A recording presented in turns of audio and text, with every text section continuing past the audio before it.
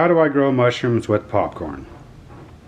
Well, it starts with a 4-pound bag of yellow popcorn. That's been my go-to. It's very cheap. It's always available. I fill the pot with approximately 3 to 4 inches of water. Bring it to a boil first, because I don't want to get too much moisture inside the popcorn. Once the pot is boiling, I pour the popcorn in. I put the lid on with a 15-pound weight. As soon as the weight starts hissing and releasing steam, I turn the burner down from high to about 40%. Then I set a timer for 15 minutes. Once that 15 minutes is done, I pull the pot off the burner, let it cool until the red knob, the safety button on the lid, pops down. Remove the lid, strain the popcorn, let it dry a little bit.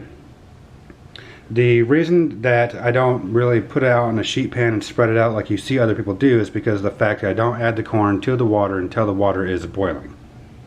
Whether you are using quart or pint jars, at that point I fill the jar up to, I would call that 75%, because after you inoculate it, you want to have room to shake it up once it's about 50% colonized. But you fill the popcorn up, put your bottom in the pot, fill the water to maybe 1/4 inch above the bottom, and I fill as many jars as I can. And I do quite often have wasted popcorn, which is not a big deal because of how cheap it is. And I stack as many jars in there as I can. Once I have as many jars in there as I can possibly fit, I put the stove back on high till the water starts to boil, put the lid back on. Once the weight starts to hiss once again, I'm going to set a timer for 2 hours.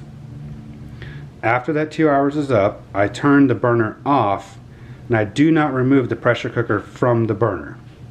I want to cool the pot as slowly as possible to make sure that the pressure change is as little as possible inside the jar.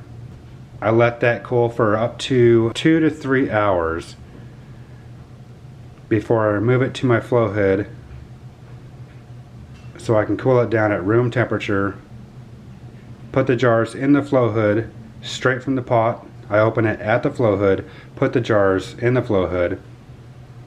Make sure that they are no hotter than you can handle with your hands, and then I inoculate it with multi-spore syringe or agar.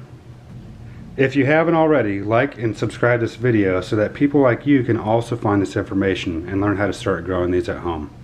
See you on the next one.